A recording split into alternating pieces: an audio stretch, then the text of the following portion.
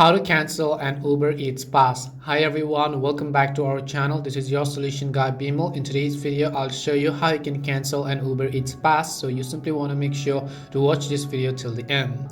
Now it seems like every delivery service now has a premium service with tempting benefits for those who like to eat out while staying at home. And Uber's Eat Pass features offer zero delivery fees and 15% off all orders over $15.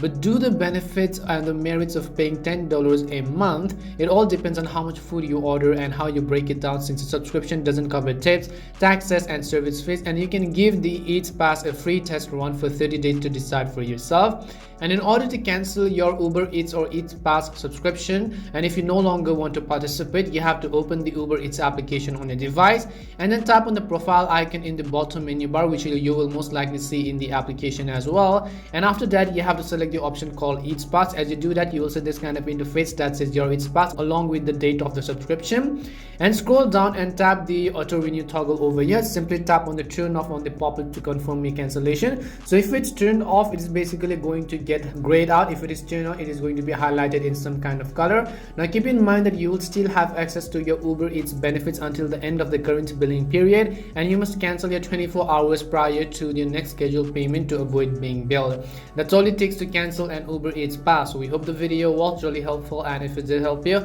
make sure to leave a like and subscribe to our channel. And if you've got any more questions, feel free to leave them down. Thank you very much for watching till the end of this tutorial, and see you soon in our next video.